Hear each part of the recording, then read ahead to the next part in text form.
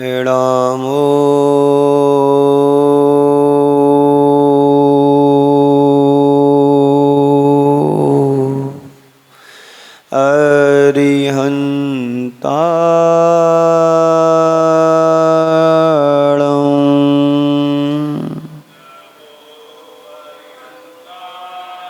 नमो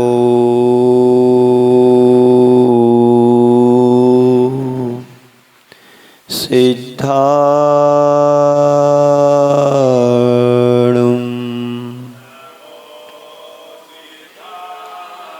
नमो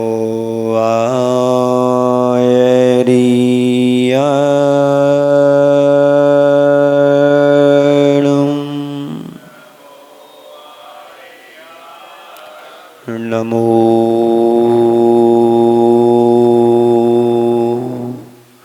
वज्रायाणं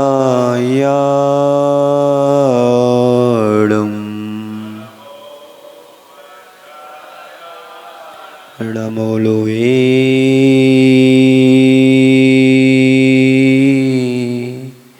सर्वेषां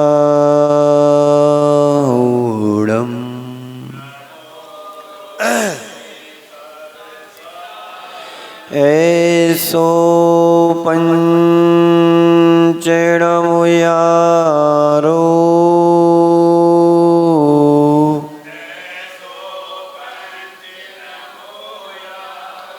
सब पावपणासिनो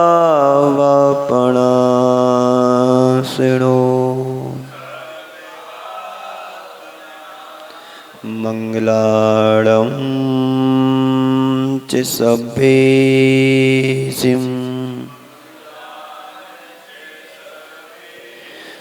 परमं होई मंगलम्। बोलिए पंच परमेष्टि भगवान की, देवादिदेव भगवान महावीर स्वामी की, परम पूज्य आचार्य गुरुवर श्री विद्यासागर जी महाराज की, अहिंसा परमो धर्म की।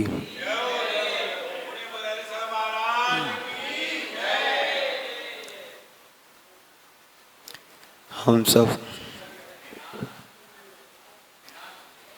अपने जीवन को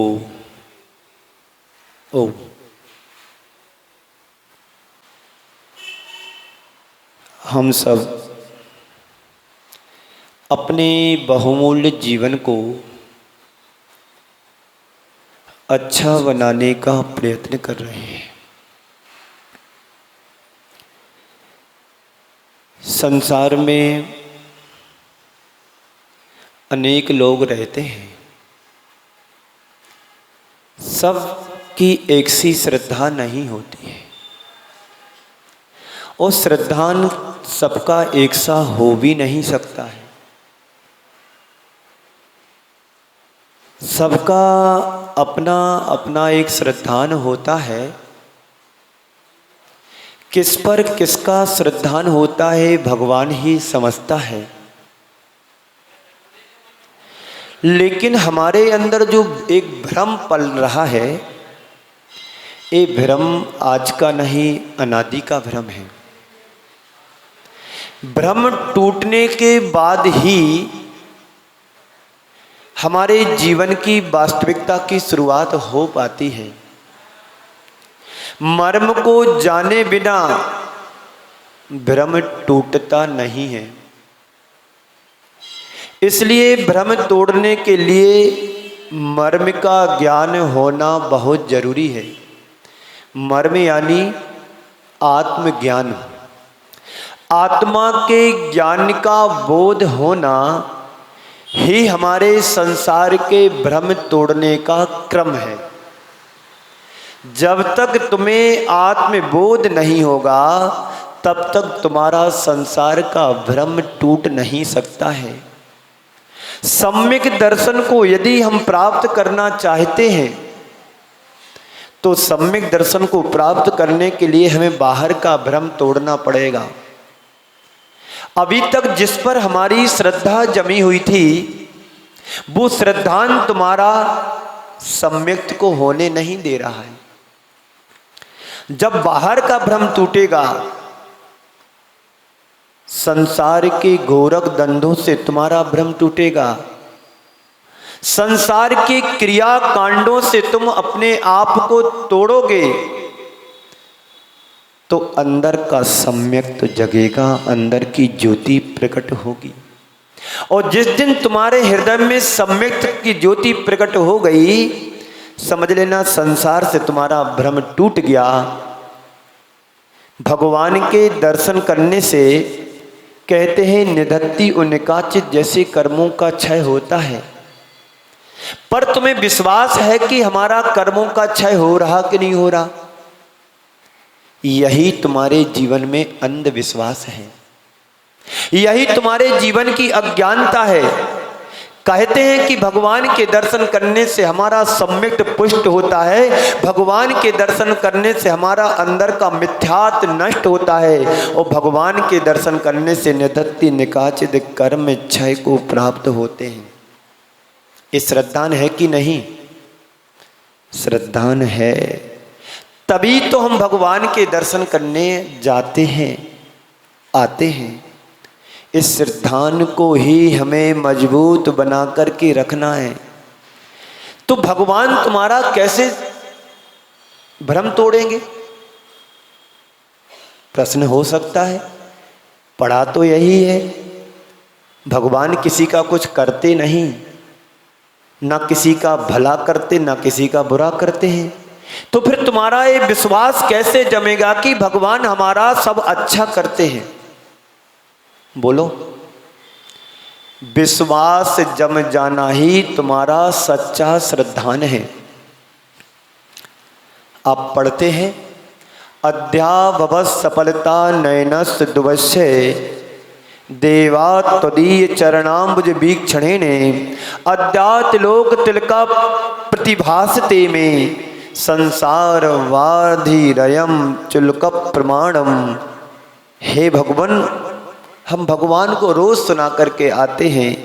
कभी ऐसा लगा कि भगवान के दर्शन करने से मेरे दोनों नेत्र सफल हो गए? कभी लगा तुम्हें? कब से दर्शन आप लोग भगवान के कर रहे हो? जब से जन्म लिया 45 दिन के बाद से तो भगवान के दर्शन तो मैं कर रहा हूं। 45 दिन होते हैं, आप छोटे से बेटे को या बेटी को लेकर के भगवान के दर्शन कराते हैं, गंदोतक लगाते हैं और चंदन लगाते हैं।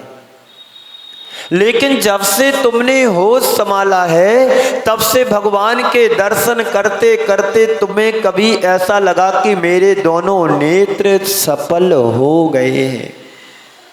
बोलो ओम। सही करो। कभी ऐसा लगा कि हमारा रोम रोम प्रफुल्लित हो रहा है?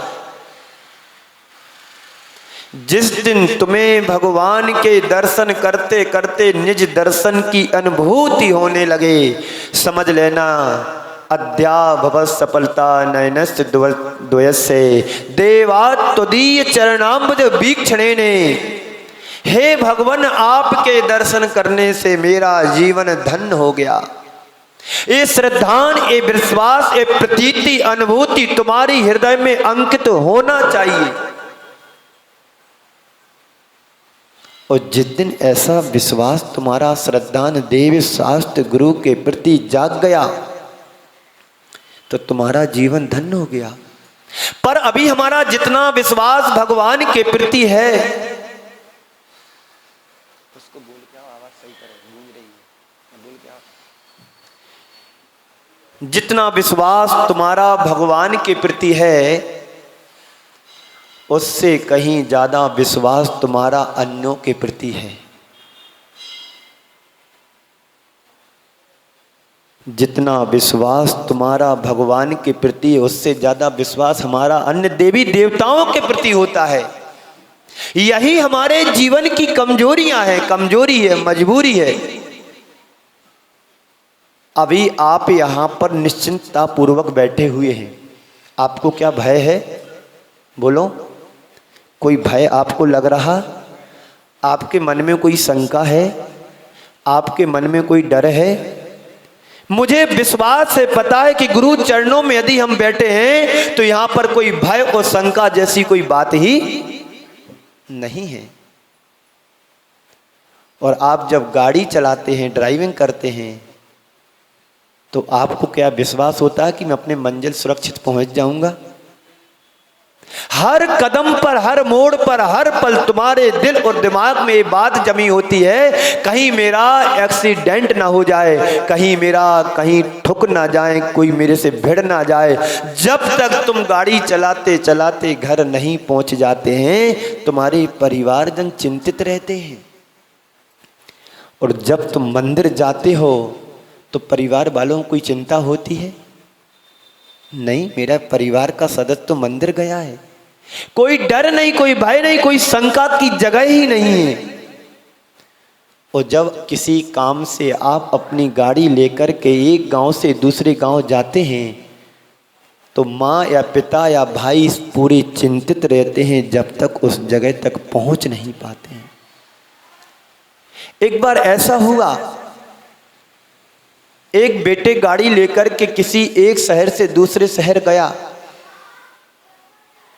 परिवार जन चिंतित हो रहे हैं कि मेरा बेटा पहली बार गाड़ी लेकर के गया है, कहीं ऐसा ना हो एक्सीडेंट ना हो जाए, कहीं ऐसा ना हो एक्सीडेंट ना हो जाए, कहीं ऐसा ना हो कहीं कुछ गड़बड़ ना हो जाए। ये चिंता तुम्हारे अश्रद्धा को प्रकट करता है। बल्कि सोचना तो ये चाहिए था कि मेरा बेटा कितना बड़ा हो गया है, कितना योग्य हो गया है कि देखो गाड़ी चलाने लगा। ये सकारात्मक सोच हमारे दिमाग और दिल में जब तक बैठेगी नहीं, तब तक तुम्हारे लिए देव शास्त्र गुरु पर विश्वास नहीं जम सकता है, श्रद्धान नहीं हो सकता है। अंदर के अश्रद्धान के भ्रम को तोड़ना पड़ेगा। जब अश्रद्धान का भ्रम टूटेगा तो श्रद्धान की श्रद्धा का विश्वास तुम्हारे हृदय में जगेगा। इसी को बोलते हैं सम्यक्त। और जिस व्यक्ति के हृदय में सम्यक प्रकट हो जाता है उसी व्यक्ति को बोलते हैं सम्यक दृष्टि। आपके पास एक दृष्टि है कि नहीं? बोलो। दृष्टि यानी देखने की कला, देखने का नजरिया, देखने की दृष्टि। दृष्टि वाले तो हम बन गए हैं, लेकिन सम्यक दृष्टि कब बनोगे? बोलो। दृष्टि हमें जन्म से मिल चुकी है, आंखें दो मिली हैं, इन आंखों से हम देखते भी हैं। क्या देखना क्या नहीं देखना ये कब सीखेंगे? बोलो। आवाज आ रही मेरी? क्या हुआ? दृष्टि वाले तो हम बन चुके हैं, पर सम्यक दृष्टि कब बनेगी ये बात महत्वपूर्ण की है। जिस दिन हमारे हृदय में संसार के प्रति, संसार के क्रिया कांडों के प्रति जब हमारा भ्रम टूट जाएगा, उसी दिन तुम सम्यक दृष्टि कहलाने के अधिकारी भी हो जाओगे। तो अद्या भवत सफलता नयनस दिवसे देवात त्वजीय शरणाम्बुज वीक्षणे ने। हे भगवन, आपके दर्शन करने से मेरे दोनों नेत्र सफल हो गए। दर्शन करते करते तो उम्र बीत गई, पूजन करते करते पूरा जीवन बीत गया, पर पूज्य कब बनोगे?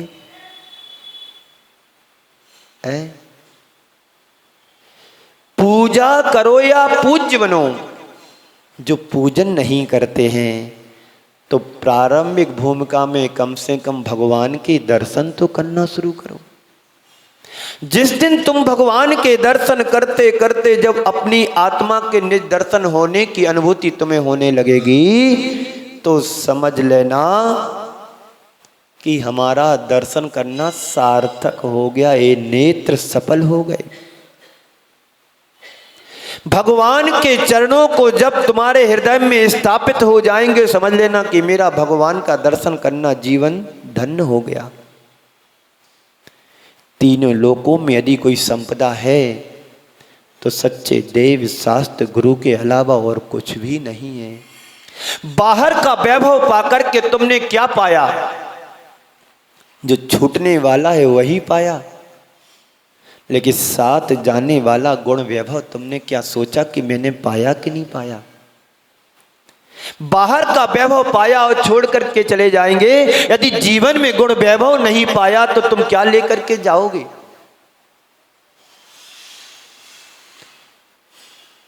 संसार का वैभव नाशवान है। तुमने आज तक नश्वरता को शाश्वत माना, ये तुम्हारे जीवन का भ्रम है। तुमने जन्म मरण में भ्रम माना, ये तुम्हारे जीवन का भ्रम है। जन्म मरण को तुमने अपना माना, ये तुम्हारे जीवन का भ्रम है। तुमने पर को अपना माना, ये तुम्हारे जीवन का भ्रम है। इस भ्रम को तोड़ो। पर में सुख नहीं है, सुख निज में है। नश्वर जीवों में शाश्वतता नहीं है, तुम्हारा भ्रम है। अशाश्वत तुम्हारी जो आत्मा है उसकी पहचान करो, ये तुम्हारा शाश्वत है। आज तक हम वस्तुओं में सुख मानते आए हैं, ये तुम्हारा भ्रम है। इस भ्रम से बचने का पुरुषार्थ करो। आपका श्रद्धान पर वस्तुओं पर है, हमारा विश्वास व्यक्ति पर है, व्यक्तित्व पर नहीं है। कैसे?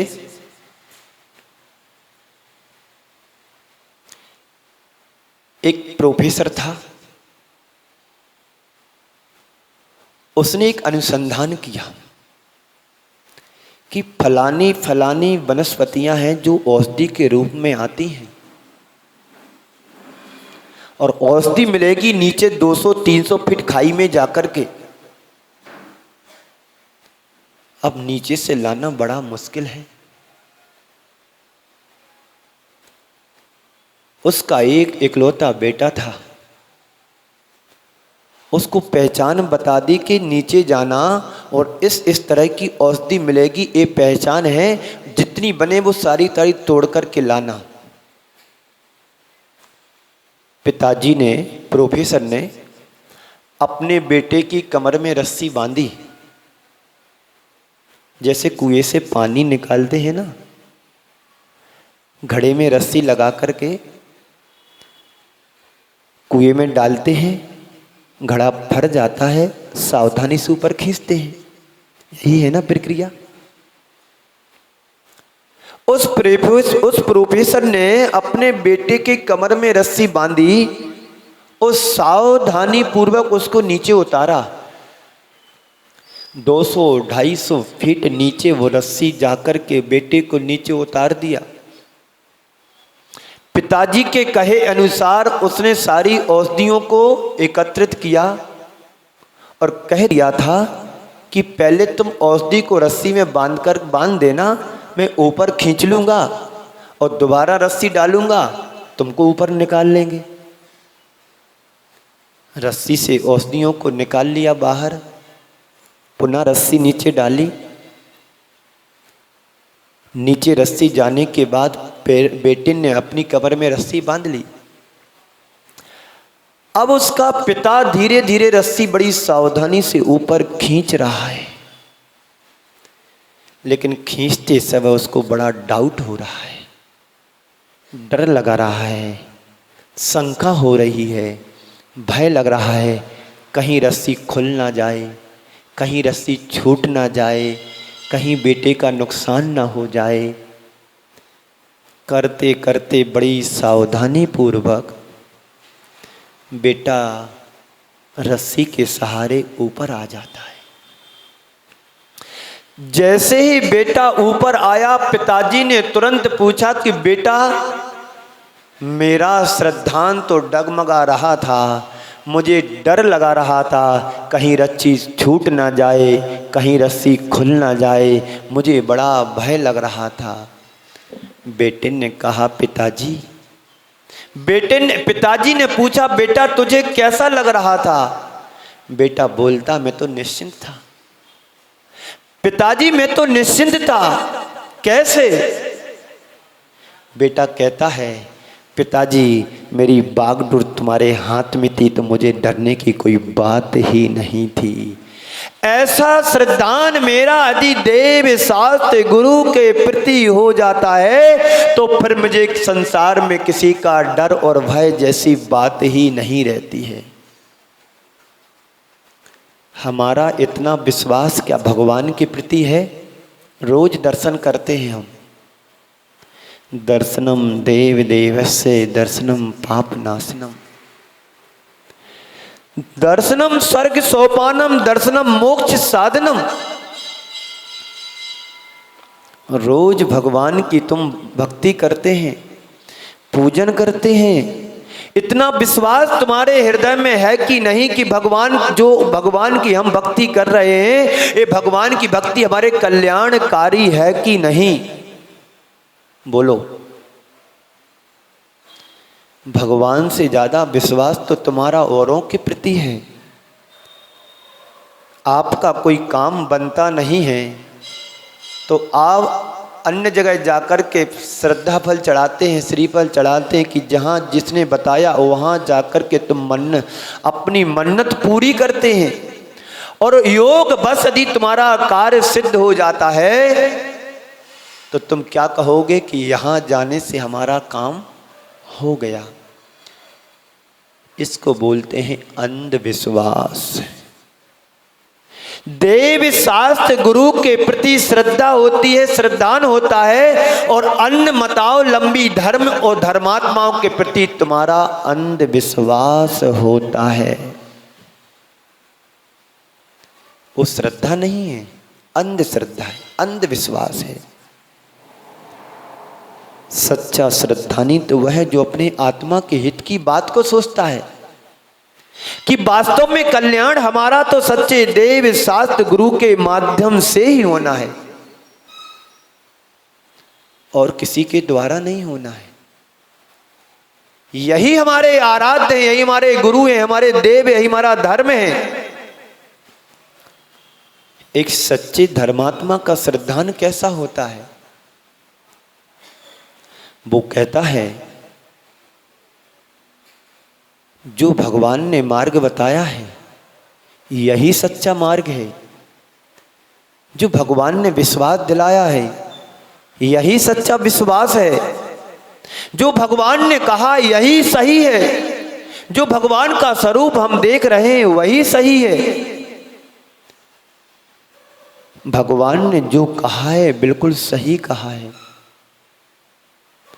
एक अक्षर ना कम कहा है न ज्यादा कहा है।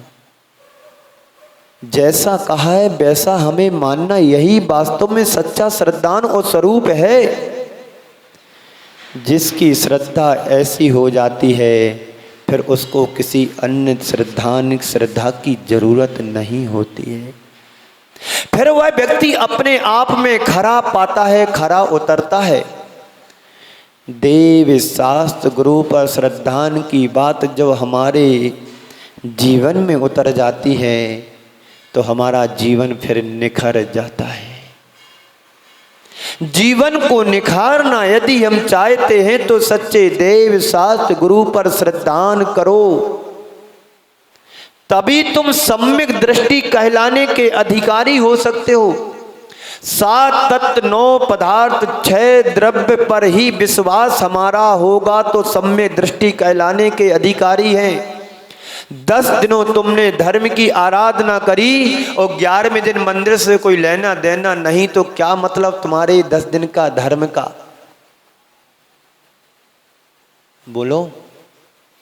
सच्चा धर्मात्मा तो वह होता है जो एक भी दिन मंदिर का नांगा नहीं करता है।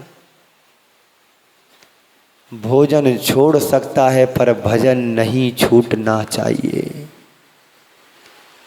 भजन है तो भोजन है और भोजन नहीं तो भजन भी नहीं है। ऐसा तुम्हारा श्रद्धान है, तुम्हारा ऐसा विश्वास है तुम्हारी ऐसी भक्ति, सच्चे धर्मात्मा की भक्ति तो वही होती है कि भगवान का दर्शन सबसे पहले होना चाहिए। इसलिए तो हमारे आचार्यों ने प्रतिमाओं के व्रतों के नियम की बात कही गई है। पहली प्रतिमा से ही दर्शन की विधि प्रारंभ हो जाती है। जो पहली प्रतिमा का व्रत ले लेता है वो बिना देव दर्शन के पूजन पाठ के पानी भी ग्रहण नहीं करता है। यही उसका विश्वास और श्रद्धान उसके लिए मुक्ति का मार्ग प्रशस्त करता है। और है क्या धर्म, क्या है तुम्हारा विश्वास और श्रद्धान। मंदिर में विराजित भगवान तुमसे ये नहीं कहेंगे कि तू रोज दर्शन करने आ। बोलो, कहते आपसे किसी से कहा है आज तक कि आप दर्शन करने आइएगा? गुरु तो कहते हैं कि प्रवचन सुनिएगा, मंदिर जाइएगा, स्वाध्याय करिएगा। गुरु तो कहते हैं। भगवान से बड़े गुरु होते हैं, पता है आपको? अब भगवान तो सिद्ध बन चुके हैं, अब तुम्हें मार्ग कौन बताएगा? एक प्रसंग सुनाता हूं कि गुरु कौन होता है। भगवान तो मौन होते हैं, शास्त्र बोलते नहीं है। बोलता कौन है? गुरु बोलता है। भगवान महावीर का निर्माण हुआ, भगवान महावीर का निर्माण हुआ तो गौतम गणधर फूट फूट करके रोने लगे। आपके बीच से कोई व्यक्ति चला जाए तो आपको दुख नहीं होगा? जिनकी छाया आज तक हमारे परिवार के ऊपर थी और अचानक वो व्यक्ति चला जाए तो क्या होगा? दुख होगा। सबको बुरा लगेगा कि मेरे परिवार के वरिष्ठ व्यक्ति चला गया, मेरे परिवार के पिताजी चले गए, मेरे परिवार की माँ नहीं रही। जिनकी बातें, जिनके अनुभव हमारे पल पल कदम कदम पर काम आते थे, अब मेरे लिए कौन बतलाएगा? तो जैसे ही भगवान महावीर का निर्माण हुआ, गौतम गणधर जोर जोर से रोने लगे कि अब मेरा क्या होगा। भगवान जो थे, जो मार्ग बता रहे थे, जो मार्ग हम पर चलाने का उपदेश दे रहे थे, अब मेरे लिए कौन सहारा रहेगा, कौन सहारा बनेगा? क्यों रो रहे थे गौतम गणधर?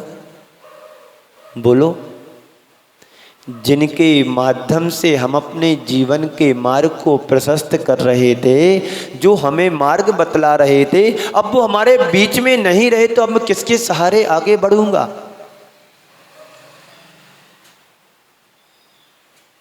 आपको भी बुरा लगेगा, आपके बीच से कोई जाएगा तो। कहते हैं इतना रोए वो, इतना रोए कि उनका रोना भी उनकी विशुद्धि का कारण बन गया। गौतम गणधर इतना रोए कि उनका रोना भी विशुद्धि का कारण बन गया। सुबह भगवान को निर्माण हुआ और शाम को केवल ज्ञान गौतम गणधर गौतम स्वामी बन गए। आप लोग रोएंगे तो पाप का बंद होगा, और कोई धर्मात्मा रोएगा तो पर के कल्याण की भावना से रोएगा, तो उसका रोना कल्याण का कारण बन गया। मैं आपको रोने के लिए नहीं कह रहा हूं कि आप रोएं, पर तुम्हारा रोना संसार का रोना मिटे तो रो लेना, और तुम्हारा रोना संसार का कारण बने तो कभी भी आंसू नहीं निकालना। पर प्राणी का कल्याण कैसे हो, हे विश्वास, ये श्रद्धान, ये भावना हमारे हृदय में होना चाहिए। मैत्री भाव जगत में मेरा सब जीवों से नित्य रहे, और दीन दुखी जीवों पर मेरे ओर से करुणा स्रोत बहे, और बने जहां तक इस जीवन में औरों का उपकार करूं। ये भावना तो रोज भाते हो। कितनी मित्रता निभाते जीवन में, कितने दीन दुखी जीवों का तुमने उद्धार किया, कितनी तुमने सेवा करके अपने जीवन में सुख पाया। अरे बाहर के लोगों की तो बात दूर है, घर में माता पिता की सेवा करने के लिए पीछे लोग हटने लगे हैं। जिन माता पिता ने तुम्हें जन्म दिया, जिन माता पिता ने तुम्हें योग्य बनाया, जिन माता पिता ने तुम्हें पढ़ा लिखा करके इतना समर्थशाली बना दिया कि तुम अपने पैर पर खड़े हो गए, वही माता पिता दर दर के भिखारी बनना पड़ता है।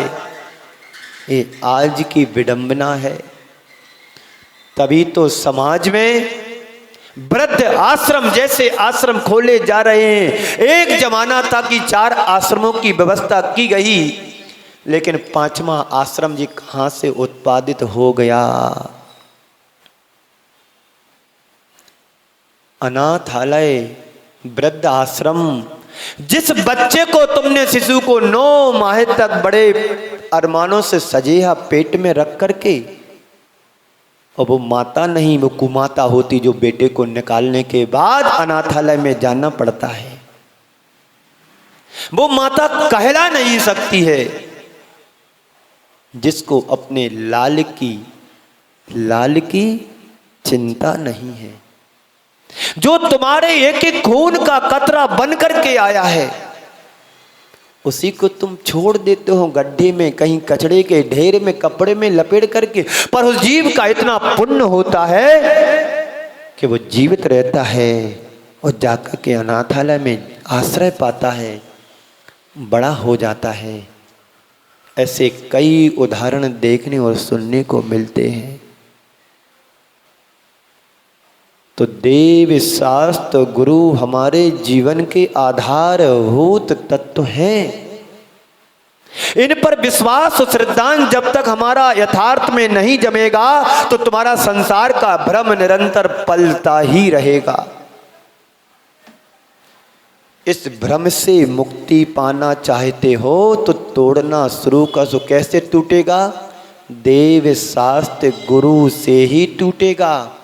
इधर तोड़ना और इधर जुड़ना। बोलो, जिंदगी तो दर्शन करते करते निकल गई है, क्या तुम्हारा विश्वास और श्रद्धा देव शास्त्र गुरु पर मजबूत हुआ कि नहीं हुआ? यदि देव शास्त्र गुरु पर तुम्हारा सच्चा श्रद्धान और विश्वास होगा तो तुम्हें किसी भी जगह, किसी भी समय में तुम्हें डर और भय, शंका जैसी बात ही जीवन में नहीं आएगी।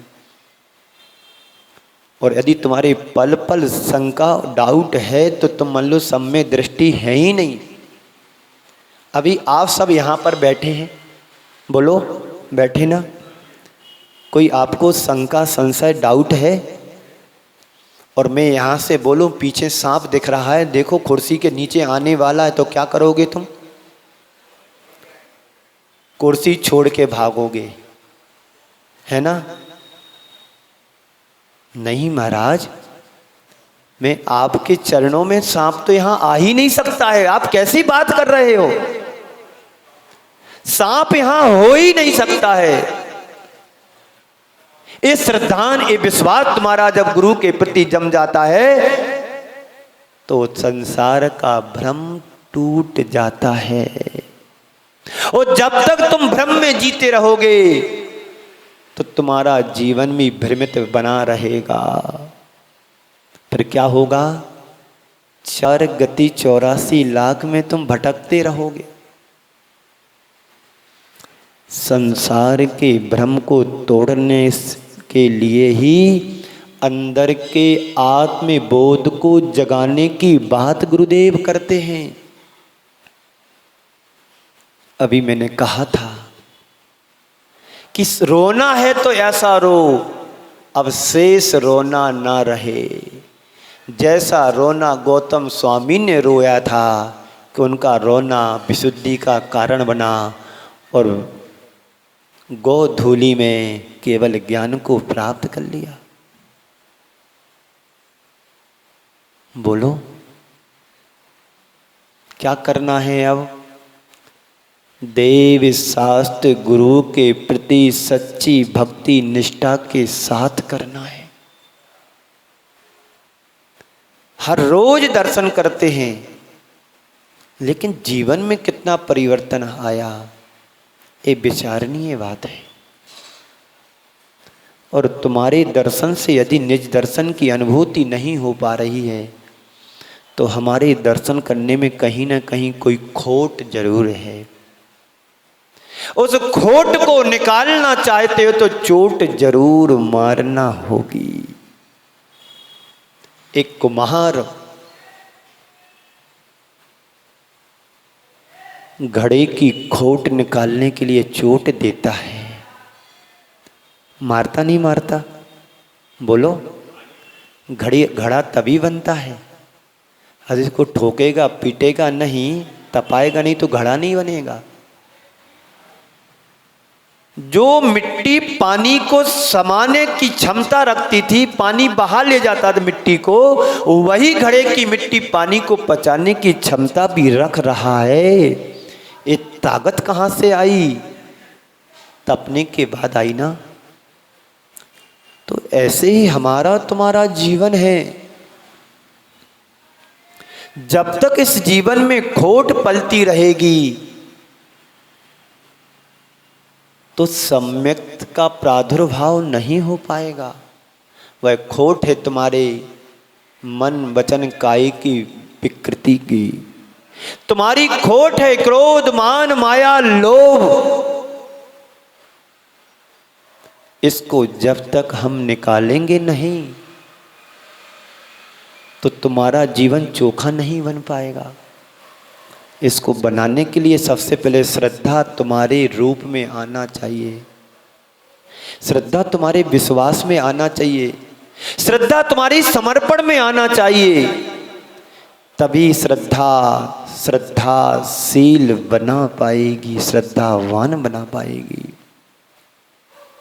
तो अध्याभव सफलता नयनस्त्वस्य देवात्वदीय चरणाम्बुज वीक्षणेने अद्दात लोक तिलका प्रतिभासते में संसार वार्धिरयम चुलक प्रमाणम। एक बार देव शास्त्र गुरु के प्रति विश्वास और श्रद्धान हो जाता है, तुम्हारा अनंत संसार चुल्लू भर प्रमाण रह जाता है। ये किसके लिए कहा है? सम्यक दृष्टि की अभिव्यक्ति करते हुए आचार्यों ने कहा है। सम्यक दर्शन के बिना तो हमारा संसार अनंत है। इस अनंत संसार को तुम समाप्त यदि करना चाहते हैं तो सम्यक दृष्टि बनो, सम्यक दर्शन को प्राप्त करो। तो कैसे होगा? बस श्रद्धान तुम्हारा इतना मजबूत हो जाए कि बाजू में कौन बैठा ये पता नहीं होना चाहिए, बस तुम्हारी दृष्टि में तुम और भगवान ही रहें। मैं भगवान की यदि भक्ति और पूजन कर रहा हूं तो बस देव शास्त्र गुरु ही मेरे दृष्टिकोण में रहे, और कोई दूसरा नहीं होना चाहिए। कितनी भी जीवन में प्रतिकूलताएं निर्मित हो जाएं, विषम से विषम परिस्थितियां तुम्हारे जीवन में बन जाएं, पर मेरा देव शास्त्र गुरु के प्रति विश्वास नहीं उठना चाहिए। मरना तो सबको है। यदि मेरा एक्सीडेंट से ही मौत लिखी होगी तो होगा ही होगा, डरना क्या है? गाड़ी बिंदास चलाऊंगा, मुझे विश्वास है मैं गाड़ी चला रहा हूं तो सही दिशा और सही दशा में अपने गंतव्य तक पहुंच कर ही रहूंगा।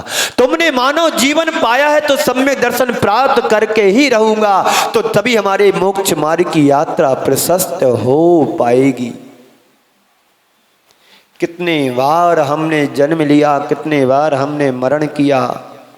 ये जन्म मरण का चक्कर निरंतर चल रहा है। इससे मुक्ति पाना चाहते हो तो सम्यक दर्शन के तुम अधिकारी बनो, सम्यक को प्राप्त करने का सौभाग्य पाओ। आज पंचम काल है, केवली श्रुत केवली हमें मिल नहीं सकते हैं, तीर्थंकर भगवंतों का अभाव है।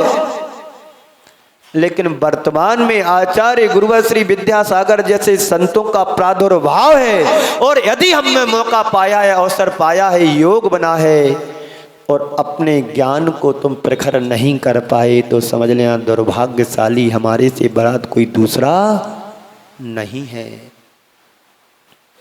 एक जमाना था कृष्ण बंसी बजाते थे, एक जमाना था जब कृष्ण बंसी बजाते थे, अनेकों गोपियां दौड़ करके बंसी की तान सुनने के लिए आ जाती थी। सुन रहे हो जी? एक जमाना था श्री कृष्ण अपनी बंसी को बजाते थे, अनेकों गोपियां तान सुनने के लिए दौड़ करके आती थीं, और आज विद्यासागर महाराज घंटी बजा रहे हैं।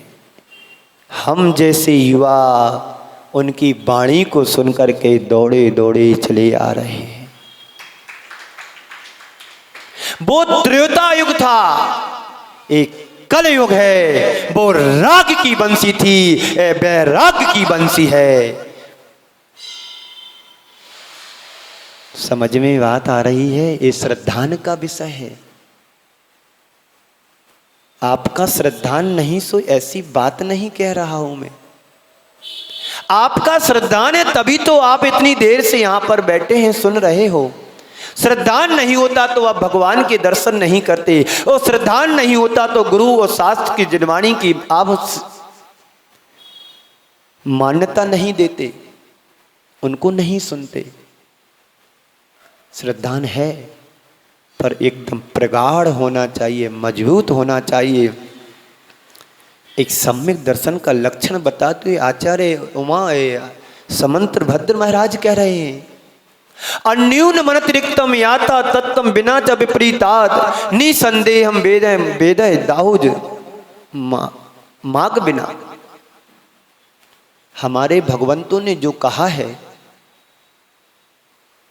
क्या कहा है?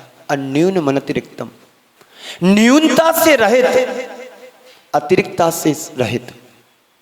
याथा तत्तम बिना च विपरीतात, जैसा हमारा आचार्य भगवंतों ने कहा है, स्वरूप बताया है, बिल्कुल सही कहा है। एक अक्षर ना तो कम है और ना ही एक अक्षर ज्यादा, उस पर श्रद्धान करना ही तुम्हारा सम्यक तो है। यही विश्वास और श्रद्धान तुम्हारे कल्याण का मार्ग प्रशस्त करने वाला है।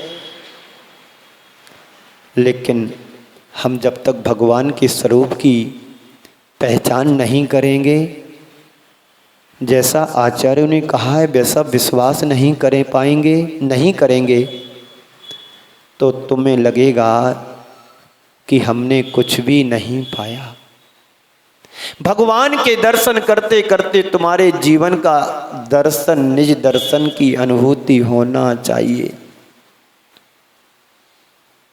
नहीं तो दर्शन किए और चले गए। रोज करते हो, जिस दिन तुम्हें ऐसा लगे कि आज मैं भगवान के दर्शन नहीं कर पाया, तो तुम्हारे हृदय में व्याकुलता होना चाहिए कि आज भगवान की भक्ति नहीं कर पाए, पूजन अभिषेक नहीं कर पाए, व्रत उपवास नहीं हो पा रहा है, तो व्याकुल होना चाहिए तुम्हारा मन। कैसे व्याकुल? तुम बिन में व्याकुल भयो जैसे जल बिन बीन। जिस प्रकार से एक मीन जल के अभाव में व्याकुलित होती है, ऐसे ही तुम्हारी व्याकुलता तब होना चाहिए जब तुम भगवान के दर्शन नहीं कर पा रहे हो। तब तो समझेंगे हम कि हमारे अंदर श्रद्धान देव शास्त्र गुरु के प्रति है। बंधुओं, धीरे धीरे चातुर्मास समापन की ओर आ रहा है। धीरे धीरे चातुर्मास समापन की ओर आ रहा है। एक समय आया था कि स्थापना कराना है, अब एक समय आने वाला है निष्ठापन होना है। पर हम वहीं के वहीं रहे तो समझ लेना चातुर्मास का कुछ लाभ नहीं ले पाए। कुछ तुम्हारी जीवन की स्मृतियां विशेष बनना चाहिए। यदि हमने चातुर्मास पाया है तो कुछ न कुछ हमारे जीवन में इन चातुर्मास के फलों को पाने पर कुछ परिवर्तन होना चाहिए। जरूरी नहीं कि तुम संत बनो, जरूरी नहीं कि तुम महंत बनो, कम से कम चातुर्मास की उपलब्धि में व्रत नियम से तो जुड़ो। तुम्हारे जीवन में परिवर्तन घटित होना चाहिए। बड़ी दुर्लभता से साधु संतों का सानिध्य मिल पाता है, वो भी एक बड़ा लंबा समय, 4 से 5 माह का। और जिसके जीवन में परिवर्तन, जिसको अपने जीवन में परिवर्तन घटित करना होता है, वो एक पल के सानिध्य में भी जीवन को बदल लेता है आमूल चूल से। एक सियाल ने नियम लिया था एक मात्र उपदेश सुनने से कि मैं रात्रि में पानी नहीं पीऊंगी, उसने अपना आत्म उद्धार कर लिया। एक भील भगवान बन गया, भील से कौए का मांस त्याग करने वाला। हम रोज उपदेश सुन रहे हैं और सुनने के बाद यदि हमारे जीवन में कुछ परिवर्तन नहीं तो उपदेश से क्या मतलब है सुनने से। एक कौआ का मांस त्याग करने वाला व्यक्ति महान हो गया, और हम महान बनने के बाद भी महान नहीं बन पाए तो हमारे जीवन पर क्या मतलब। समय आपका हो रहा है, अपनी श्रद्धा को मजबूत रखें, देव शास्त्र गुरु पर विश्वास जमा करके रखें। यही हमारे जीवन के कल्याण करने वाले मार्ग हैं, मार्गी हैं, शास्ता हैं। इनको अपने जीवन का कल्याण का आधार बनाएं और अपने मोक्ष मार्ग को प्रशस्त करें। इसी मंगल पुनीत भावना के साथ मैं आप सभी को विराम दे रहा हूँ। बोलिए परम पूज्य आचार्य गुरुवर श्री विद्यासागर जी महाराज।